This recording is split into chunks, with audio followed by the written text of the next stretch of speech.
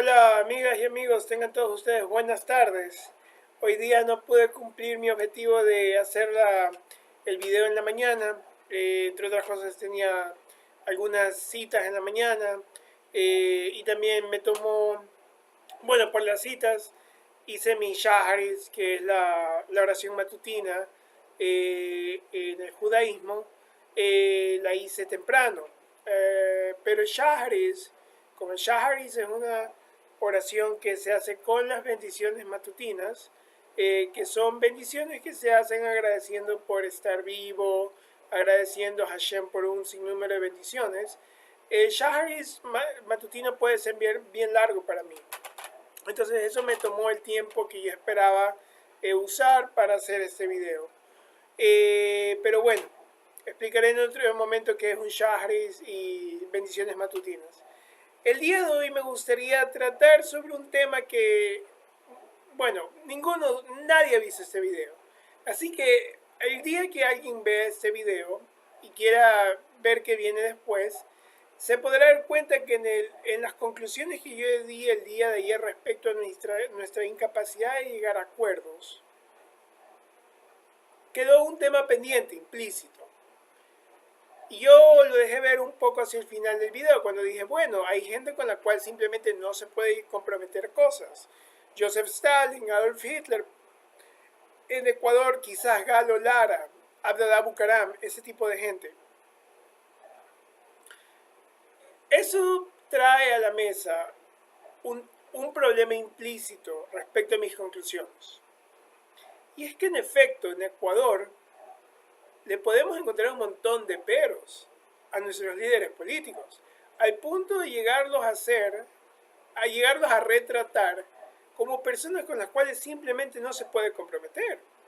Porque si no, o no estás siendo fiel a tus principios ideológicos, personales, morales, o tus principios no valen. Así que estás dispuesto a comprometer con el diablo. Para colmo de males, en Ecuador la corrupción vuelve mucho más problemático todo esto, ya que en efecto muchos compromisos y acuerdos políticos van de la mano con dádivas, prebendas, con recursos materiales que los políticos desean, ya sean porque quieren que un programa o una ley que les va a favorecer un sector que es muy importante para su votación sea conferido por la función ejecutiva, o porque quieren algún cargo o porque quieren algún ministerio. Entonces todo esto hace el problema de los acuerdos más difíciles, porque cuando hay el acuerdo, y como podemos vernos tantas taras, que nos retratamos como si fuéramos precisamente Hitlers y Stalins, y encima está la corrupción, que siempre esos acuerdos van de la mano con concesiones materiales que se hacen. Es obvio que la gente haya dicho ayer, a ver, para empezar, estás diciendo algo obvio. Y segundo, aunque lo que estuvieras diciendo fuera un poco más profundo que la obviedad de los acuerdos, no es tan sencillo así en Ecuador. Hay la corrupción, hay la propia falta de respetabilidad que tienen casi todos nuestros líderes. Entonces me di cuenta de eso ayer y me di cuenta que tenía que dirigirme a esas potenciales críticas, porque creo que son muy válidas y creo que son necesarias para entender cómo este problema angular afecta nuestra capacidad de reaccionar ante estas tendencias globales que ya están aquí y que ya nos están pasando factura. Bien, para empezar, es el problema de la respetabilidad de nuestros líderes políticos. Y, como lo dije ayer, esto no es solo un problema de líderes políticos, esto empieza por nuestros propios círculos sociales, nuestros grupos primarios como son las familias, y de ahí extendiéndonos hacia los grupos más grandes, como son los barrios, las comunidades, tu lugar de trabajo, tu escuela, tu colegio. Bien.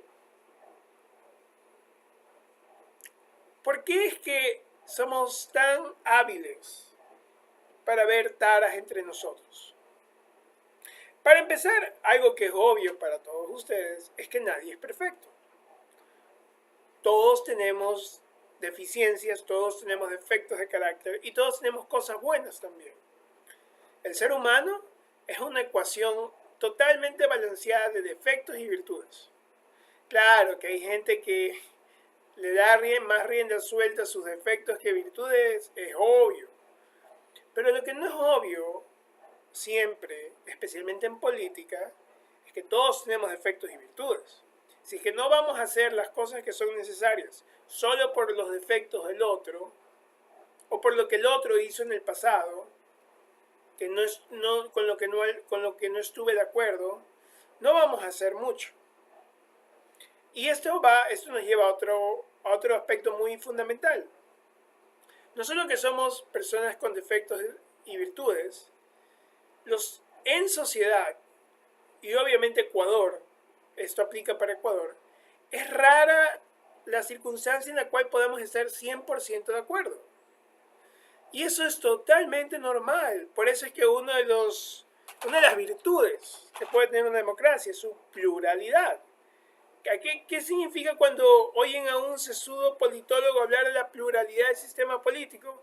La capacidad del sistema político de incorporar puntos diversos de opinión y de, a pesar de la diversidad de estas opiniones, hacerlas coalicionar en una serie de recetas que sirvan para proveerle soluciones a la sociedad. Eso es un sistema político plural. Es un sistema que puede usar nuestra diversidad de opiniones para sacar buenos resultados. Entonces, ese es otro elemento esencial. No siempre vamos a estar de acuerdo, no siempre estamos de acuerdo. El tercer elemento esencial que creo que hay que resaltar es que el poder, el uso del poder y la política no es nada más. Si quieren una definición muy sencilla pero muy buena de política, no es otra cosa que el arte de buscar, conseguir, de conseguir mantener y usar el poder en sociedad. Nada más. Es el arte de conseguir, mantener y usar el poder en sociedad. Eso es política. Política no es solo elecciones. Política no es solo repartir camisetas con la cara de candidatos. Política no solo es el Twitter y el Facebook y vertir tus opiniones ahí para que la gente te ponga likes. Política no es simplemente tener una banda presidencial. Es conseguir, mantener y usar el poder en sociedad. Eso significa que política es todo. Desde la niña de 16 años, la jovencita de 16 años, que quiere conseguir el poder necesario para que sus papás le dejen salir a la fiesta con sus amigas, y que luego que le dan ese poder, esa atribución para ella, ok, sale a la fiesta y vuelve a tal hora, mantener esa capacidad y usar esa capacidad como ella lo quiera. Eso no es nada distinto que buscar votos en una tarima y obtener el sillón de Carondelet. Son cosas totalmente iguales. La única diferencia es el ambiente agregado donde el poder se usa. La niña, la jovencita, usa el poder en su grupo primario, su familia. El promedio de una familia ecuatoriana, 4 o 5 miembros. 4 a 3 miembros, creo.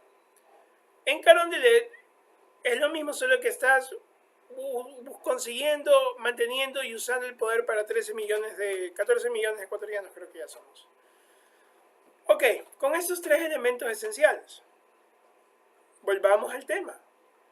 ¿Cómo es que, a pesar de las taras que nos podemos ver entre nosotros, y a pesar del serio problema de corrupción que hay en nuestro país como en muchos otros países, igual es importante rompernos la cabeza llegando a acuerdos en cuestiones muy detalladas, que sean desafíos a nuestra sociedad? Bien. Para empezar, la naturaleza propia de las democracias es precisamente juntar a un montón de gente que no tienen más afinidades, que habitan el mismo territorio, tienen la misma lengua, quizás tienen las mismas costumbres, y en Ecuador aún así nuestras costumbres son radicalmente distintas. Tienen quizás los mismos valores. Y con ese grupo muy diverso de gente, formarse un país y crear un Estado para administrar ese país, esa unidad territorial llamada un Estado-nación. Por ende, los países que quieren ser democráticos necesitan, a pesar de esta diversidad de opiniones, llegar a acuerdos. ¿Qué quiere decir esto? Que nuestra capacidad de vernos taras entre nosotros puede ser muy buena a la hora de decir con quién quieres irte a dormir, con quién quieres tener relaciones sexuales, con quién quieres tener una relación sentimental, quién quieres que sea tu pareja. Pero no es un buen principio rector a la hora de hacer política. ¿Por qué? ¿De qué importa que el otro tenga taras? A menos que sea un Galo Lara acusado de asesinato. A menos que sea un Abdalá Bucaram acusado de... ¿De qué no ha sido acusado Abdalá Bucaram? Tienes que llegar a acuerdos. Lo sentimos. O sea, ¿qué esperabas? Que todos en el país fuésemos como tú. Ese precisamente es uno de los factores que está detrás de el motivo por el cual mucha gente en Ecuador está en desacuerdo y estuvo en desacuerdo con la administración del presidente Correa, por su incapacidad de ver la necesidad de llegar a acuerdos, y que acuerdos no eran comprometer agendas o principios. Sí, hay que ceder, eso es algo muy distinto. Hay que ceder, pero la cesión no implica renunciar al principio. ¿A qué me refiero con eso? El principio te da un objetivo a alcanzar. ¿Cómo lo alcances? Ya es una cuestión de estrategia. ¿Cómo usas los medios para alcanzar ese objetivo? En política, la gente, su respaldo, su capacidad de decir que algo está bien o está mal, son medios. Entonces te toca decidir. ¿Quieres alcanzar ese objetivo que te da tu principio? Y sí haces algunas concesiones puntuales. ¿O prefieres no alcanzarlo porque no quieres ceder? Ahí está la gran decisión. La capacidad que tenemos para vernos taras entre nosotros nos pasa factura a nivel nacional. Porque sí, en la mesa, cuando hablamos de política, cuando hablamos de fútbol y cuando hablamos de religión, porque estamos tan aferrados a nuestros principios, podemos atacar el carácter de otro para impedirle que examine nuestros principios. Pero atacar ese carácter del otro no es una defensa racional de nuestros principios. Sí, podemos destruir su carácter, pero alguien puede volver a examinar nuestros principios y nos puede volver a hacer sentir inseguros. Este ataque del carácter de otro, esta capacidad de vernos taras, puede ser muy bonita a la hora de pararte en un medio público y lanzarte un muy bonito discurso de barricada en que te des un baño de moral y que expliques cómo tú eres mejor que otros. Pero a la hora de construir un país, a la hora de generar resultados que nos hagan sentir orgullosos de ser ecuatorianos, que nos hagan sentir orgullosos de vestir esta camiseta, no solo porque la selección ganó, sino porque estos colores significan logros que nuestro país ha tenido más allá de un estadio de fútbol. Logros en el campo de ciencia y tecnología, logros en el campo de salud, bienestar económico, cierto nivel, justicia social. Asesinarnos el carácter mutuamente no nos permiten alcanzar esos logros, que nos permiten sentirnos orgullosos de esta camiseta más allá de resultados deportivos. Ahora, bien, asesinarnos el carácter es solo esconder el dedo con nuestro dedo índice. ¿Cómo lidiamos con el problema de la corrupción? Sabiendo lo que ya he dicho, no hay que ser ingenuos respecto a esto. hay concesiones materiales. Y en un país tan corrupto como Ecuador, eso siempre pone en tela de duda cualquier acuerdo. El hombre de maletín es una expresión muy conocida en Ecuador, precisamente porque en los años 90, en los años 80, se veía entrar un hombre con un maletín que se presumía que tenía ya sea contratos públicos, dinero o qué sé yo, algún documento que le diera algún diputado político una prebenda para que él apoye la ley o para que él no dé su voto para un juicio político, qué sé yo. Bien, para entender cómo lidiar con esta crítica es necesario comprender tres elementos esenciales. Primero, no vamos a poder eliminar la corrupción. Y esto que quiero que quede bien claro, y lo dejo en una plataforma pública, así que si es que algún día alguien quiere que yo admita que dije esto, lo voy a admitir porque está aquí. La corrupción no va a ser eliminada, no puede ser eliminada. Tal como los seres humanos no podemos eliminar nuestra tendencia al mal. Los seres humanos no somos ángeles. Nos mantenemos en buena conducta por un sano balance de virtud y defectos. Para la virtud tenemos ya sea esperanzas teológicas de lo que esa virtud nos va a dar en el ahora y en el después de la muerte, o ya sea también una autoestima que requiere que nosotros sintamos que nuestra integridad no es comprometida. Para los defectos, leyes, la capacidad de aplicar esas leyes y el uso de la fuerza. ¿Qué creen? ¿Que aplicamos las leyes solo con buenas palabras y por favor entra a la prisión? No, siempre hay un arma cargada ahí con municiones de 9 milímetros si es que es una pistola o 5.65 si es que es un rifle de asalto. Siempre hay un arma allí. Aplicar las leyes requiere armas. Segundo, tal como no podemos purgar nuestra individualidad de nuestra tendencia al mal, de nuestros defectos de carácter, y como no podemos eliminar la corrupción de nuestras sociedades, es importante entender que en política la corrupción se va a manifestar de distintas maneras. En Ecuador, la manifestación más lesiva y problemática es en efecto el robo de recursos públicos. Pero supongamos por un momento que alguien, qué sé yo, diseña una vacuna contra el instinto de las personas para robar. Ya, alguien diseñó una vacuna para que las personas no roben de ninguna manera. Y hay una campaña nacional de vacunación en el Ecuador. Y todos los 14 millones de ecuatorianos nos vacunamos y todos nos vacunamos contra el deseo de robar. La corrupción va a seguir estando allí, les aseguro. ¿Por qué? Porque vas a tener que seguir comprometiendo recursos materiales para obtener apoyo. O sí, ya, el asambleísta, qué sé yo, el funcionario público o la autoridad electa ya no quiere robar. Pero la autoridad electa necesita hacerse elegir cada 4 años. ¿Qué creen ustedes que hay que hacer para hacerse elegir 4 años? Sí, generar buenos resultados en tu función pública, que la gente esté contenta con tu servicio público.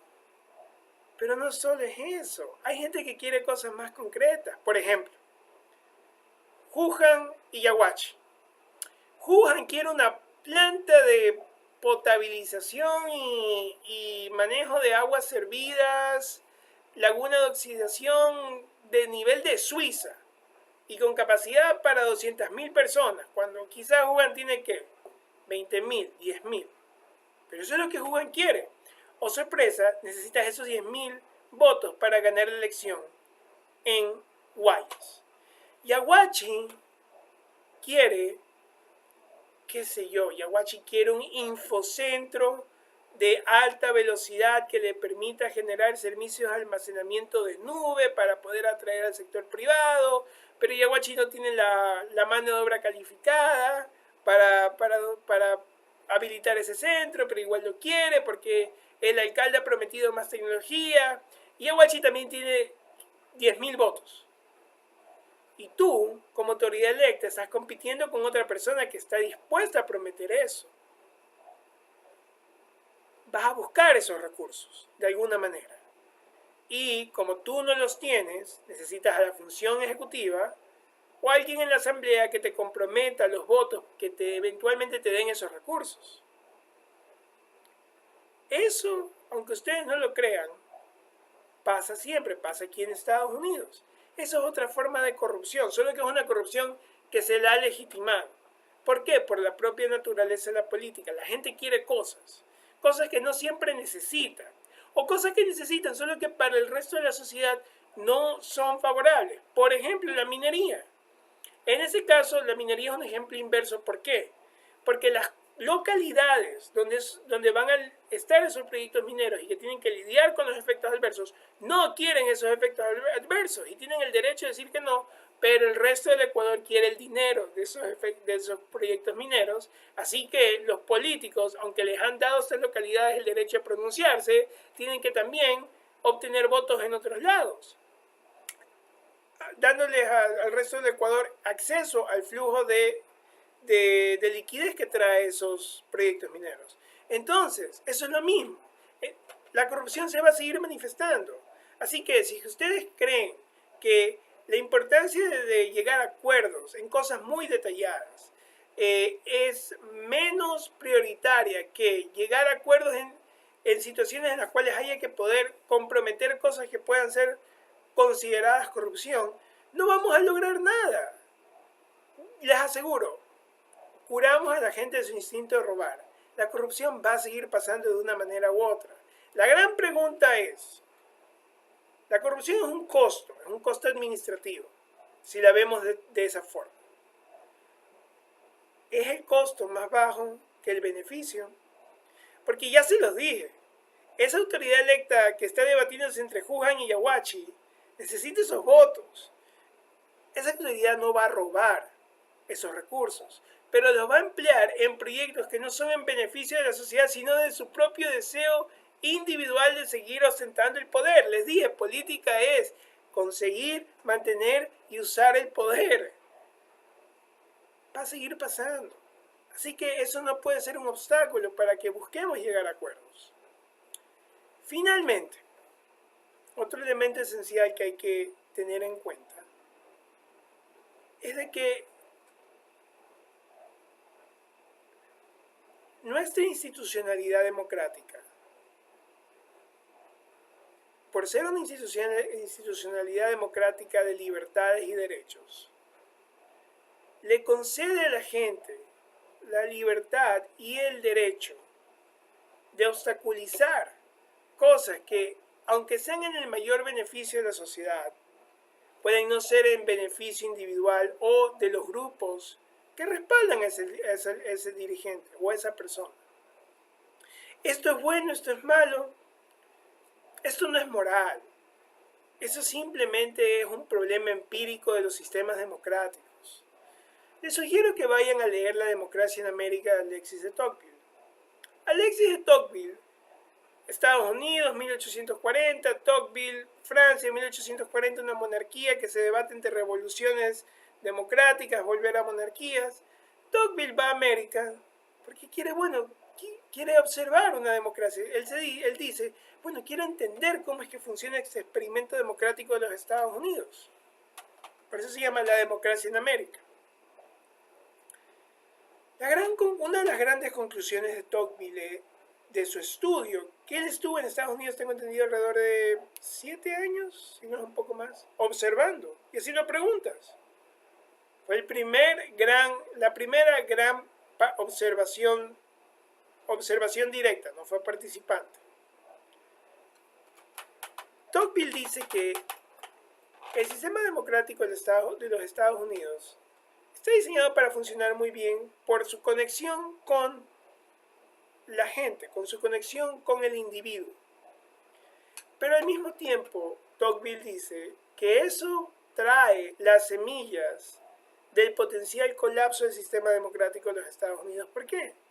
Porque eso empoderaba a los individuos de tal manera y con tal capacidad para ralentizar las emociones de los electores a un punto en que radicalicen esas emociones las posiciones del sistema político y ese sistema político se vuelva tan polarizado que sus actores simplemente no tienen puntos de encuentro mutuos y el sistema deja de funcionar.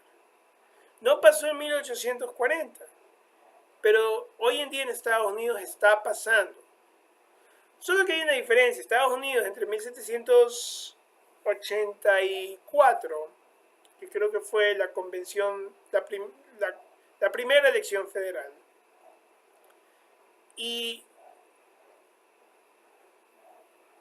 el día de hoy, 2019, estamos hablando de casi 200 años de vida democrática. Obviamente que, tal como los seres humanos crecemos, envejecemos, nos volvemos más achacosos, lo mismo pasa con los sistemas políticos.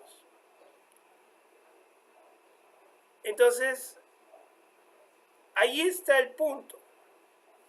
Nuestro sistema político empodera a las personas para que puedan ralentizar posiciones de maneras muy extremas y obstaculizar cosas que puedan ser en beneficio de toda la sociedad.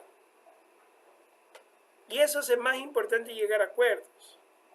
¿Por qué? Porque si no llegas a acuerdos, eventualmente esas posiciones se pueden volver tan extremas que no hay punto de retorno. Y Ecuador vive en ese debate hoy en día. Tenemos que forzarnos a nosotros mismos a ir contra nuestro instinto de no querer comprometer, de no querer llegar a acuerdos en cosas detalladas. No estoy hablando de llegamos a un acuerdo en que queremos más seguridad. ¡Huevada! O sea, niños de 10 años pueden llegar a ese acuerdo. No, yo no necesito pagarle a un vicepresidente cerca de, ¿cuánto le estaremos pagando? $60,000 al año. Solo el vicepresidente. Para que me venga a decir esto. O sea, yo por lo que le pago $60,000 al año el vicepresidente nuestro, Otto Sonnenholzner, es para que efectivamente lidere un proceso de acuerdo en cosas muy detalladas. Debemos reformar el Ministerio del Interior, debemos reformar la policía. ¿Cómo descentralizamos la policía? ¿Qué pasa si es que no la descentralizamos? ¿Qué pasa si es que creamos una agencia de seguridad penitenciaria para que pueda hacerse mejor cargo de las cárceles? Ese tipo de cosas. Y ahí no solo es la función ejecutiva la que tiene que tomar esas decisiones. Tiene que traer a CREO, tiene que traer a PSC, tiene que traer a Fuerza Compromiso Social. Porque son un actor de presencia. Y a la bancada de Integración Nacional, al resto de actores. Y todos tienen que, en efecto, decir, sí, deberíamos crear esa agencia de seguridad penitenciaria, es buena idea profesionalizarla. Eso es la democracia, porque ellos, el día de mañana, por verse excluidos, pueden ralentizar el apoyo de la población para oponerse a la iniciativa. Porque así simplemente es como funciona la democracia. Espero que este video se haya dirigido hacia las potenciales críticas de mi video anterior y espero verlos el día de mañana. Tengan todas y todos ustedes muy buenas noches.